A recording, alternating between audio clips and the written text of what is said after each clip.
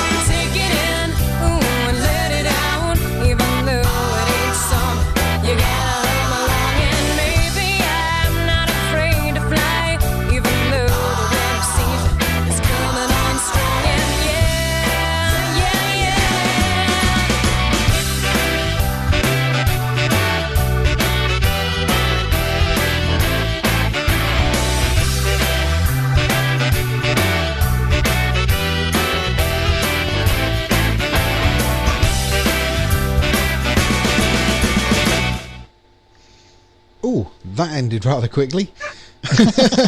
Oh, was that it? Was it? Yeah. Hello. Hello. Right. First off, can I apologise to our small army of live listeners who didn't get to listen to us live because the live service broadcasting place was foobarred. Yes, we shall sort something out for next time. Whether it will be next week or not, I don't know yet. But we got some ideas already. Yes. Right, the first thing I want to talk about is carrying on a little bit from Doug's revelation about men feeling their testicles.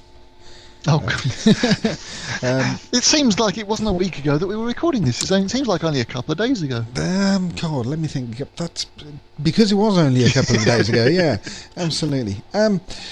It's kind of related to that in that it's a medical conversation. Yep. I don't know how many people saw my live journal post earlier on in the week, but I've been put on antidepressants. And I'm desperately trying to make this not a very depressive subject, yeah. Topic, but yeah, I've been put on antidepressants, and happy pills. One of my major issues, and this is the subject of my post, is I guess the technical term is social anxiety, or inability to speak. Okay.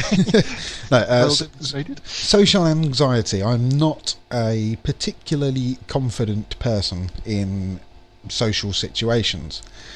So this is why the live service isn't working. I realised that. Yeah, it was a Done it on ploy by purpose. me.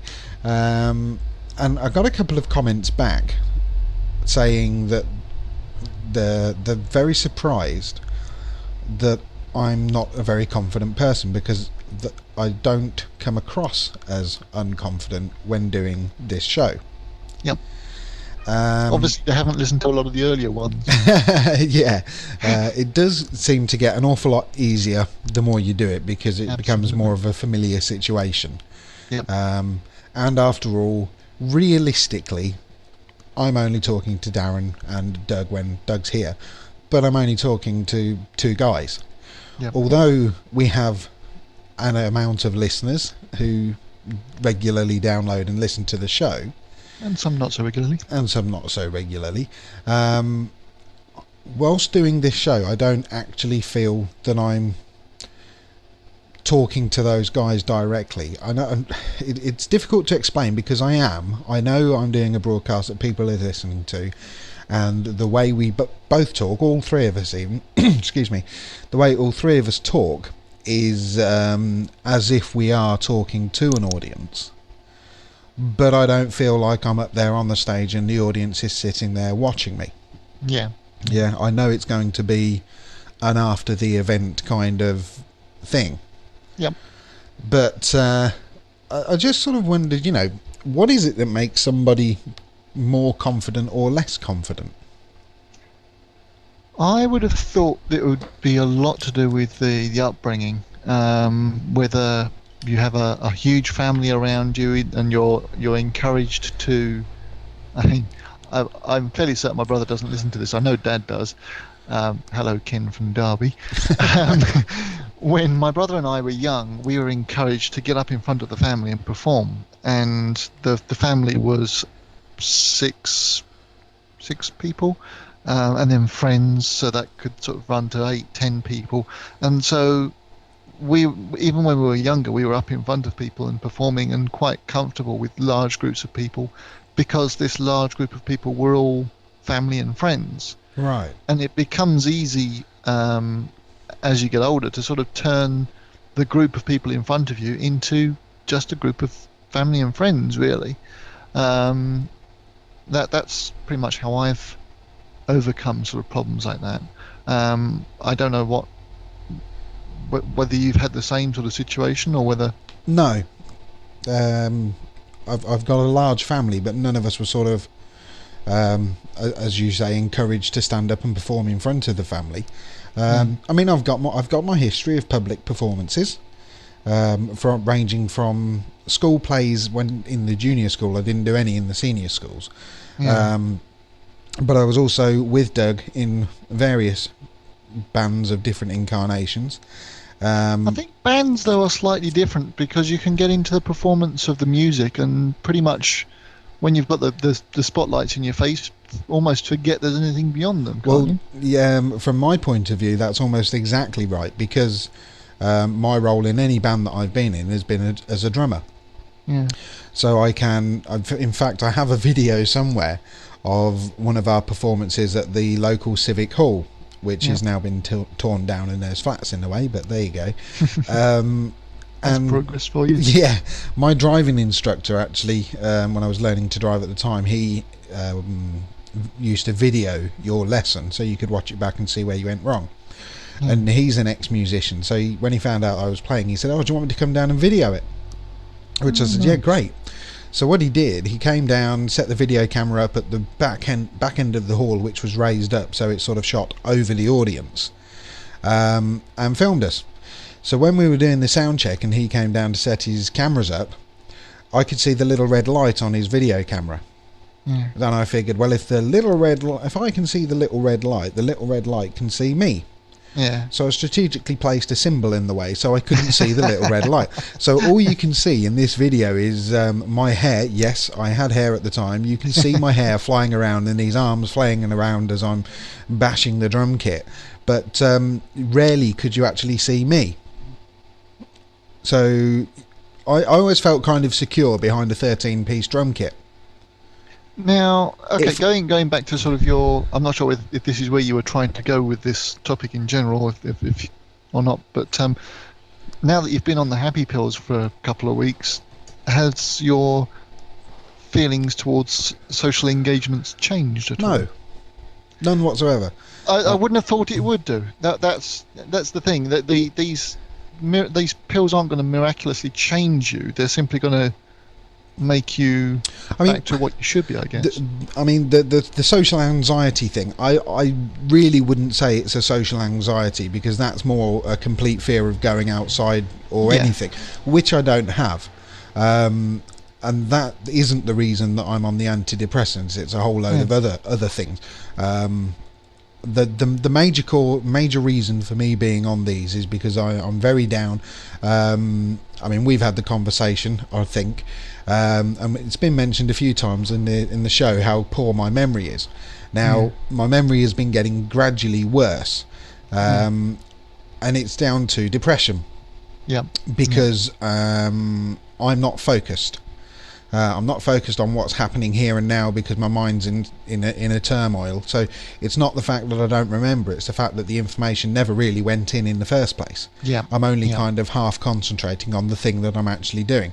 And a lot of the depression is down to the fact that I live on my own. I don't have a massive social life in the physical sense. I can spend all night sitting there talking to people over the internet, but it's not the same as a physical interaction, so to speak. And that's why I'm on them. And of course, while you're on antidepressants, you feel great, life's fine, but they don't solve the problem. All antidepressants do is take away the depressing feelings. Right. What you have to do while you're on them is find out what it is that's causing you to become depressed and resolve those issues, and then you can come off the antidepressants. They're not going to fix you. They're going to allow you to fix yourself, because that is the thing. Once you've got problems with depression, it's a downward spiral. Absolutely it is, because and what they sort of stop that spiral and give you the chance to climb back out again. Absolutely, your motivation goes, you become lethargic, you don't want to go out because you're depressed and this and the other, and so you have no incentive or no motivation to go and fix whatever the problem is. While you're on the antidepressants, they build you up, they give you that sort of they rebalance the chemicals in your brain. And so you can then say, look, these are my issues, let's go get them sorted, because you've got the motivation then to go and do it. Like I say, I just found it interesting that your projected self, so to speak, of which our listeners and live journal people only ever see what you write down or what we discuss on this show, is completely different to the person you actually are. Now, we could actually go into a deep and philosophical conversation here, because your projected self is what anyone ever knows about you. And the big question is, who are you? Do we have this conversation already? Because I know I spoke to somebody about it. Not with me, no. Oh, there's a whole bunch of different spiritual. Careful to separate spiritual and religious. Spiritual podcasts and things I've been listening to, where they've been discussing, who are you? Oh, I'm sorry. Yes, it was me. I think I've done it on the show as well, because I was talking about the Jill Bolte Taylor, the woman that had the stroke. The woman that had the stroke. Yes, So there's a whole bunch of things out there that sort of start to make you raise the question, well, who am I? I'm more than a collection of my memories. And day to day, we're all actors. I'm a different person in my work environment to who I am when I'm doing this show, and I'm a different person when I'm doing this show to who I am when I'm talking to you, not doing the show. Excuse me. And the point, the thing with me is, in a social situation, if I'm meeting people that I don't know, it's a fear thing that I'm going to come across as stupid or less than them, or not have anything in common with them. You know, it's I suppose it all sort of can be lumped into the fear of not being liked. Yeah. And in a social situation where I don't know anybody, I find it incredibly difficult to start a conversation or to continue a conversation, because it's just a thing of not knowing what to say. You know, how do you start a conversation? You know, you just go, "Hi, how are you?" You know, that's fine. And the other person generally will come back with, "I'm fine, how are you?" "Yeah, I'm great." Where do you go from there? I don't know. You know, you get the pleasantries and the greetings out the way. It kind of depends on where you are and why and all that sort of thing. But yeah, I can see the problem. Yeah. Now there's the confident person will just start to speak. You know, and just pick subjects randomly out of the air, and I wouldn't say not care if the other person isn't interested, but they'll just keep going and keep going until you hit on something that you both have in common, and there goes your conversation. You're off for the rest of the night. Yep. And then once you get a conversation going, inevitably there's going to be leads during that conversation that take you off onto something else, and you can just keep going. Yeah. But you have to get that initial start. Yeah. And that's the thing that I just can't do. Even with or without happy pills. Even with or without happy pills, yeah. This is just me. You know, this is not a depression thing. This is a self-confidence thing, a social interaction or social skills thing, I guess. Now, I have been looking at a website that it's kind of like a life coach thing. You know, you go out and get your dreams, plan your goals, and that kind of site. But one of a few of the articles that this guy's written is all about social, not social anxiety. It is the wrong word, but you know what I mean. Yeah. And he said just start off small. Say hi to the person at the checkout. Say good morning to somebody as they walk by in the street. You know, people generally have a routine, and you will generally see the same people, if not day in, day out, but 2-3 times a week on your way to work. Yeah. Slightly different if you drive to work or what have you, but chances are you're going to bump into the same stranger regularly. Yeah. And a stranger is just a friend you haven't met yet. Which is exactly one of the things that he does say. It does sound very cliched, but I guess it's true. You don't know that you're going to like them until you try. Yep.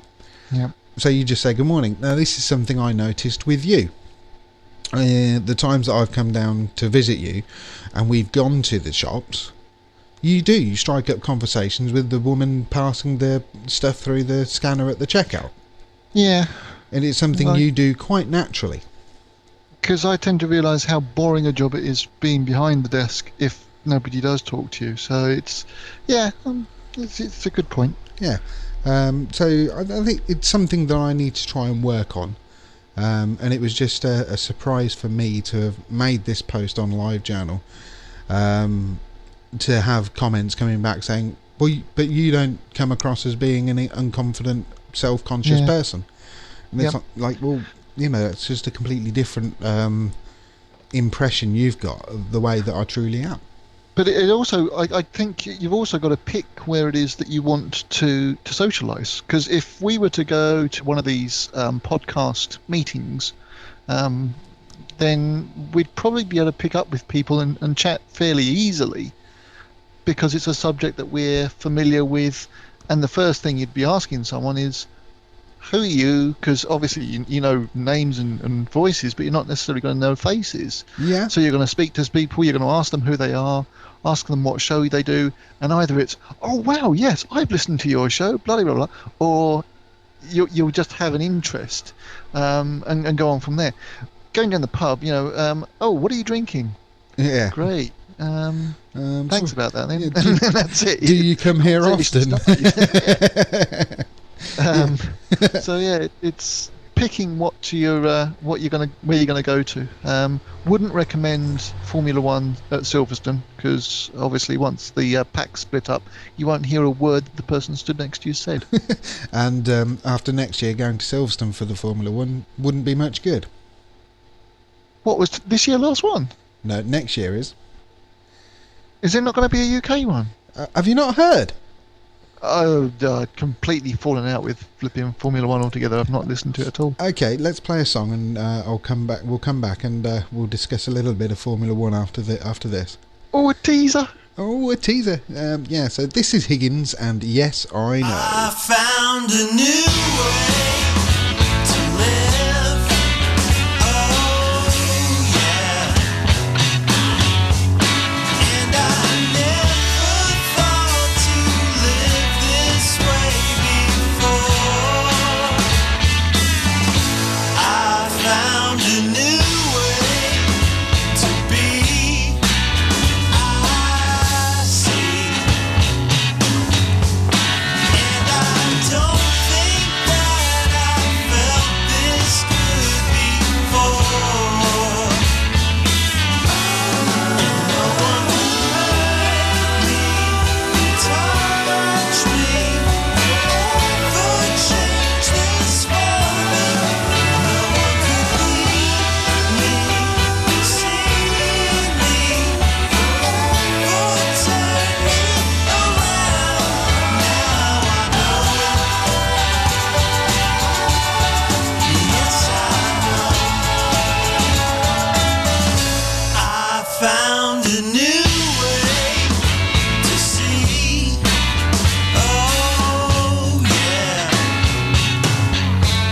and I see from inside doors I stay each day. I found a new way. It's just me and nobody.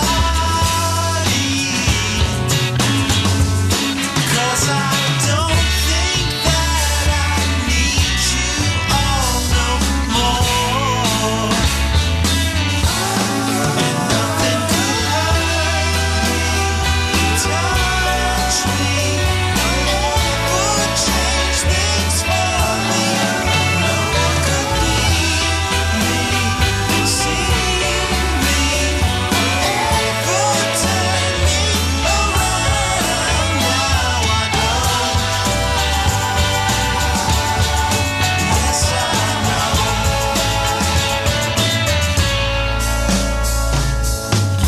Maybe I've gone too far. Maybe I'm losing my head.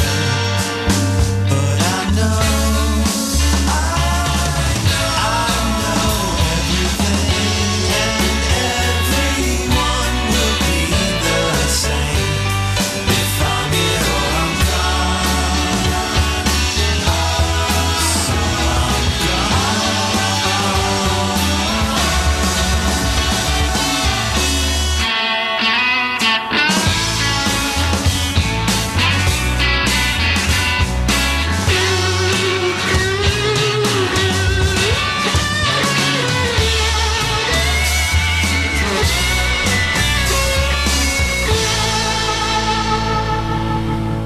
All right. So Formula One. Formula One. Formula Hang on. Whoa. Who was that? I did say Oh, at the you did say beginning. before, didn't you? Yeah. It was somebody with something. It was a very Beatley track. I like that It one. was, yeah. It was Higgins with Yes, I Know. Yes, I know. Yes, I know. Exactly, because I've already said. Formula Anyway, One, go on then. Formula One. Yes. Bernie Ecclestone announced on the day before the British Grand Prix weekend that Silverstone had lost the British Grand Prix as of 2010, and it's moving to Donnington Park in Donnington? Yeah, I'm just trying to think of the county. I'm not sure it's in Nottinghamshire or whether I was it's to say in. it's not far from you, is it? It's quite a long way from me Is because it? I don't Oh, live okay. in Nottingham anymore. it's No, I thought Donnington Park was near you. no, Silverstone's next door to me, pretty much. It's not far from right. me at all. Excuse me, but Donnington is off the M1 Junction 23, I think. Do they have a Formula One grade track yet? Well, or this is the problem. No, they don't. But they promised they will have one by 2010. In 2 years' time. Now the problem, yeah, I mean they've been awarded it, but they've got an awful lot of work to do before they're up to the standard that Silverstone's at, and Bernie didn't like Silverstone. Have they got what have they got there at the moment? I thought it was just an oval at the moment. Oh God, no. It's a pretty proper racetrack. I mean, the super bikes, right. All the bikes race up there. The British Touring Car Championships is held. One of the rounds is held up there. No, it is a proper racetrack, but the medical facilities, the corporate facilities, the infrastructure to get there. No, that takes next to no time to throw up. The Ascot was opened this year after about 18 months of refurbishment, and that was completely flattened and brought back up again. Okay. The biggest problem they've got is they need to create a completely new slip road off the motorway to cater for all the traffic that's going to get there. The biggest problem with that is going to be paperwork. The biggest problem with that is going to be planning permission. That's what I'm saying, the paperwork. Yeah, because the local residents, may not want it. The government have got to give the planning permission, having just spent however many millions of pounds building the infrastructure for Silverstone. Yeah. They have completed a couple of years back a completely new road network to reduce the impact on the Silverstone village itself, because Silverstone is only a village. Yeah. And they built a complete bypass for all the racing traffic to completely bypass the town, because of all the lorries going through was basically wrecking the roads in the town. So they built all this nice new bypasses, and they have all the police up there with one-way systems, and it's all properly sorted out, and now they don't need it for the Formula One. Donnington already hosts quite a lot of gets the motorcycles and stuff. Doesn't get the 100,000, 200,000 people that turn up to a Grand Prix. No, there just isn't that amount of support. Concerts and that. What sort of size are we looking at with a concert? Yeah, that gets quite a few people. But I mean, yeah, to be fair, when I went to Donnington, the Monsters of Rock, there was 100,000 people there. But again, that's over a 3-day weekend as opposed to a single day. Well, this is not. This is more. This than is also over a 3-day. Yeah, I know. Yeah. But I personally don't think they're going to be ready. They're going to really, really struggle to get it in. There's a couple of different things. England seems to work in two different gears. Either we have things like the Wembley Stadium, which was a real fiasco and was costing more and more and more, and was late and so forth, or you get things like I say, like Ascot, which was hardly a headline news in anything other than the local paper, and it went through pretty smoothly. So it's a 50-50 chance for it. Yeah. But yeah, that's what's happening with Formula One. Yeah, I didn't know that one. There you go.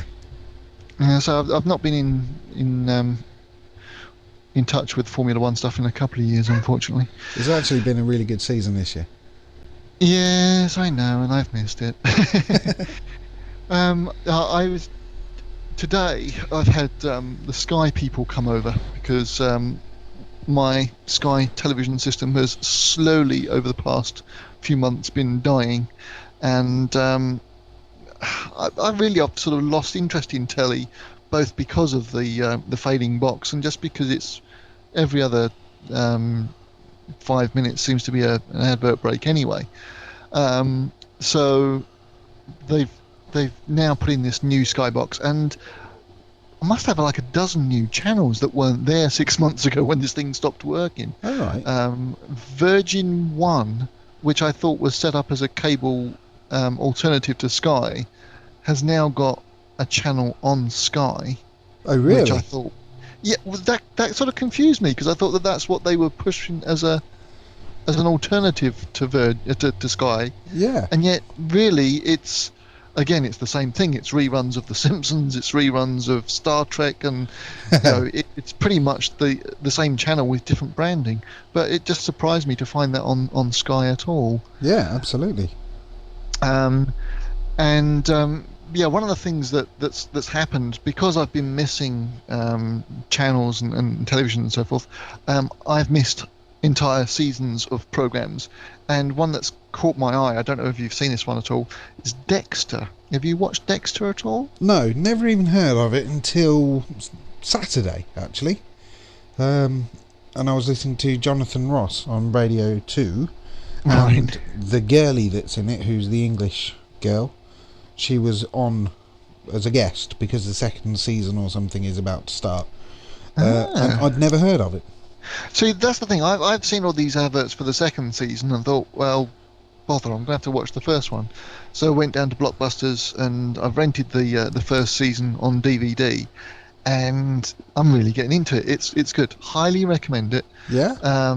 It's about a man who wants to kill, and his foster father is a policeman, and he recognizes that in this boy the need for this boy to kill, and also recognizes that the boy isn't bad and is raising him the right way and everything, but he knows that deep down inside this boy doesn't fit in, but he's got this need for blood and so forth, and so he sort of guides him in ways to relieve this need and also to hide the need so that he will be sort of normal, which has sort of similarities with like the vampire and that sort of thing, where the person's trying to behave normally to hide the fact that he is actually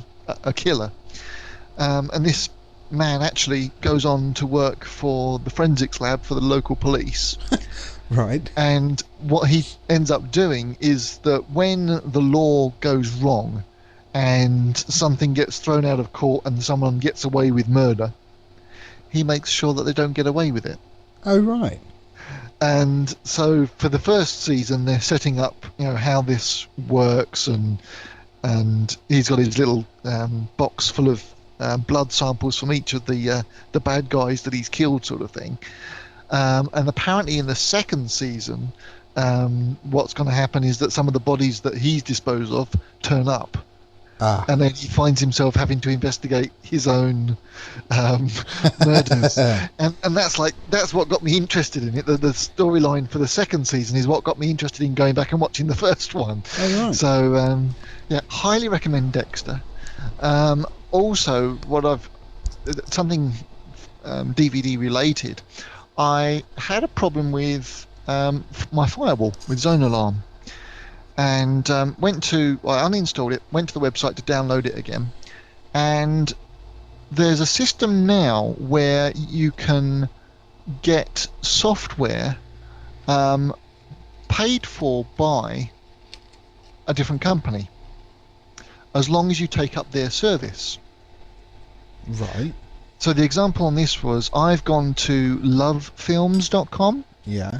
And the very fact that I've signed up with them means that they have now paid for my full version of Zone Alarm. Oh, right. So it's all sort of linked in together. I'll put a link on the show notes to the system, because there's all sorts of different systems that do this.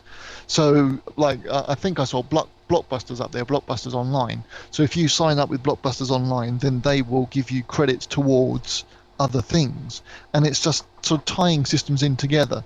So where something like Zone Alarm, that's only perhaps £25 per year, these other companies are giving that away as a freebie. Yeah. Come sign up with us, and you can then have that for free. So I thought that was a interesting new twist on online purchasing. Yeah. That was a good one. It was all telly sort of related, all my stuff. So I've been watching television all day today, actually. Busy then. Sci-fi. Yes, I've got sci-fi. Busy then. Yeah, busy. Oh dear. Telly. The only thing I really ever watch on telly is Doctor Who and Top Gear. Yeah. Yeah.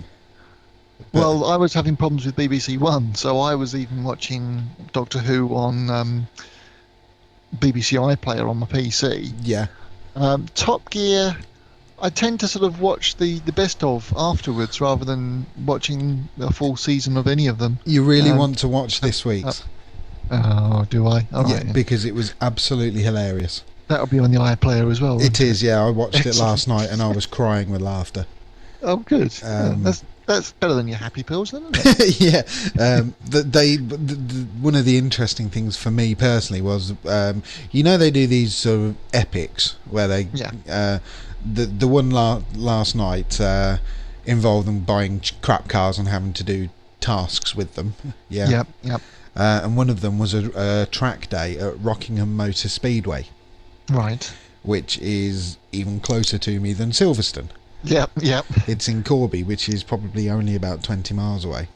Yeah. I actually went there to watch the touring cars last year, and they had to do a track day, which is interesting to know that Rockingham do track days. God, I wish I still had my MR2. Now come on everybody, Well, the same thing. let's twist again. Twist. We insist. Twist. Nice. We insist. Ah, you're looking back. Shooby-dooby, yeah, yeah.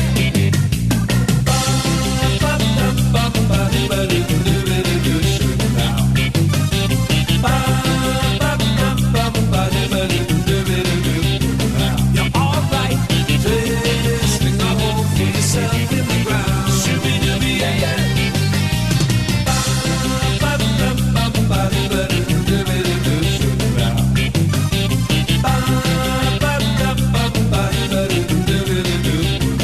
You're all right. Digging the beat of the wonderful sound. Twist. We insist.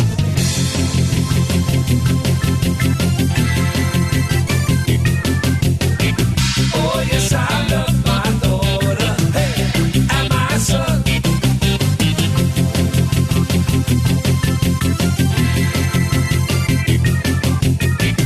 Oh, let's extend that feeling, hey, to include everyone.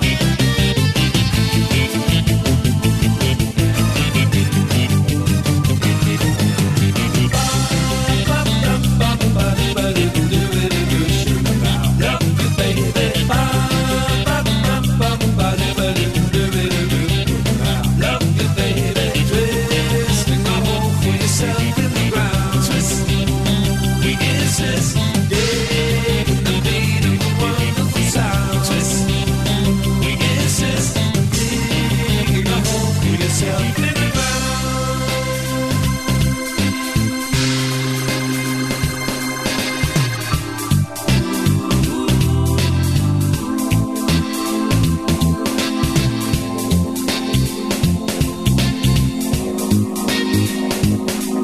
So you didn't get the call. You're tired of it all.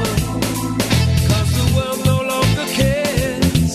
Taking such unequal shares. Like the cat who got the cream while you're in someone else's dream. Having nightmares in a sweat. Don't you wish you could forget? It's your life that's on the line. Yes, they say it's not a crime. They use you just the same. You're a number, not a name. No.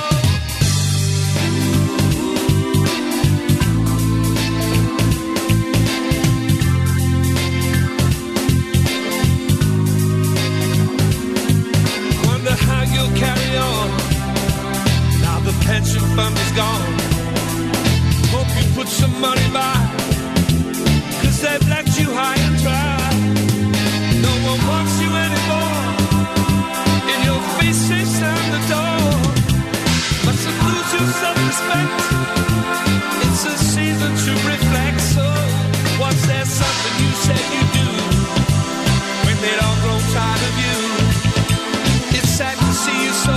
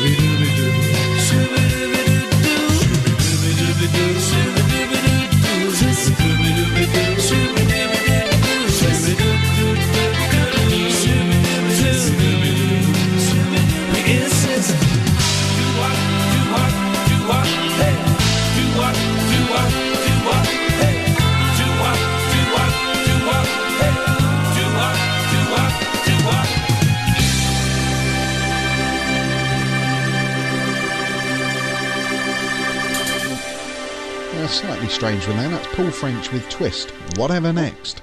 What was strange about that then? It's just a bit quirky, wasn't it? I didn't think it was particularly strange. Did you not? So from televisions, we go to non-televisions, which is the entertainment that I've had up here without having the television. Namely, this huge white window that I've got sat next to me. Did you see my live? They're asking about LiveJournal again. Did you see my LiveJournal post about that? About the birds. About the birds Of and the the winged planes and variety. all sorts of things. Well, sure, there's that as well. The view that I have gives me probably about a mile's view out to the horizon, and a beautiful clear view of the sky. So yeah, I was sitting here the other day just watching, and it seemed to be like a hawk. I've looked at the silhouette and tried to find it online, and the way that the wings sort of sweep back, it seems to be a silhouette of a hawk flying around the area, and either chasing or being chased by other birds. That was interesting. But then today, with the window cracked open, I heard this sort of low droning noise and looked out, and there were 5 planes that were going across the sky very slowly.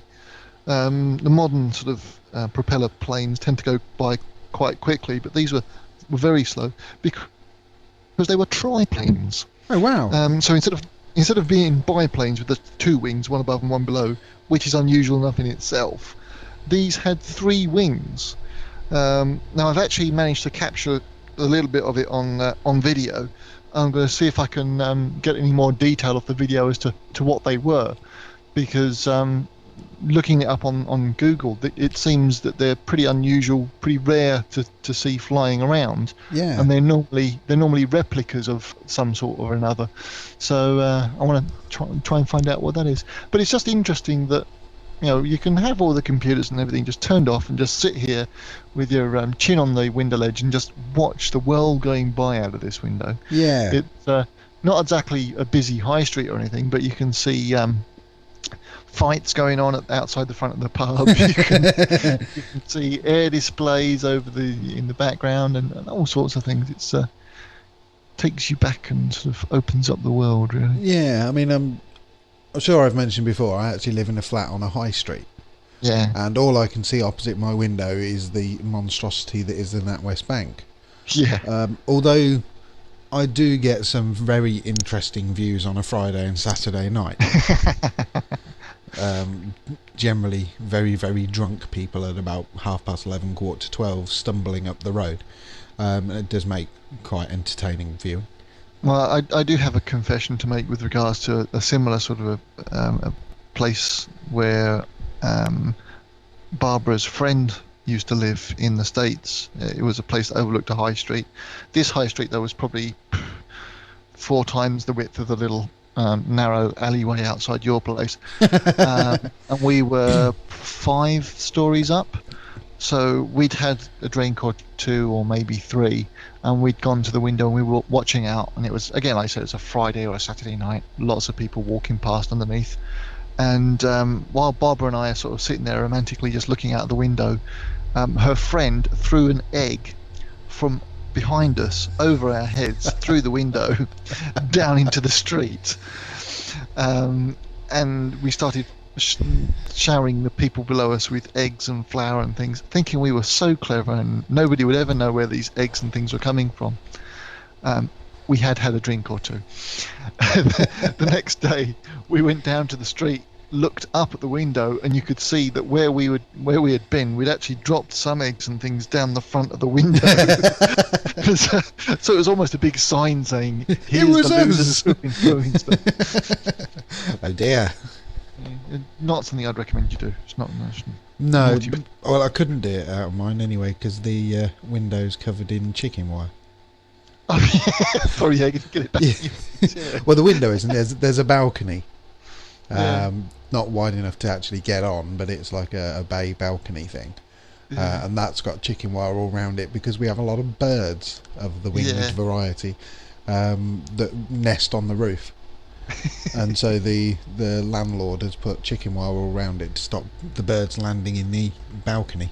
And making a mess and Yeah, stuff. so I couldn't throw anything out of it if I wanted to. Right, well, we have no feedback this week, do we? No, not that I know of. None's come in the last hour while we've been talking. No, I haven't checked because it tends to kill my connection if I mess around with web pages too much. Do have to say again, apologies to those people who came to the website today looking for or trying to listen to us. We had some small problems. We will try and sort something out, and there might be some changes to the website to accommodate for a new host. The website is www.dumbeddownlife.com. Lance, you've been doing some work on that this week, haven't you? I have, yes. I've finally managed to update the bands played section. So it's, well, it was up to date as of episode 28, so it's now out of date again, but I'll try and rectify that tomorrow. Yeah, so every artist that we've played in every single show now has an entry in that list, and you can click on, there's a link on each artist's entry, there is a link to their own website and to the show that we played them in. Yep. And I've also added some more. We have a little randomizer down the left hand side that shows various funny quotes from the show or things we found funny, and short bios of a lot of the bands that we've played. I've added a few more of those in, and I hope to get that more up to date tomorrow. Yep. So yeah, dumbeddownlife.com. Go there, have a look, have a nose around, and that's where we also put the latest news about the show.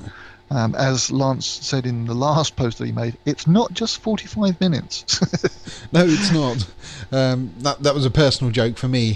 When I used to be a scout leader, a lot of my friends used to say, "Oh, you know, it's only half an hour each week," and no, it bloody well isn't.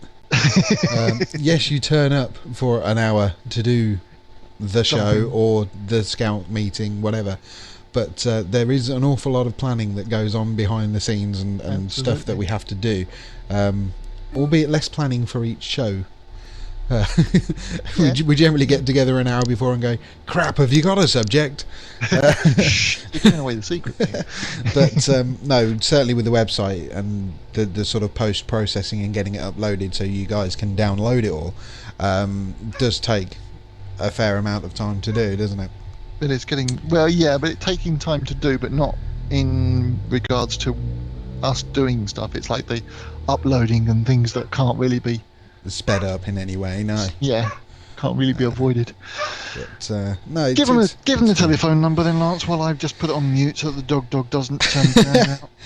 Yeah, okay, the telephone number for voicemails and any comments that you may have is 07092 274 and we're on Twitter, and our username on Twitter is dumbeddownlife, all one word. And what's the email address? Oh, did we not give that one out? No. It's hang on, ddl.podshow@googlemail.com. It's been a long time since I read out the email address. I normally do the web address. You threw me. So that's two recordings in 4 days.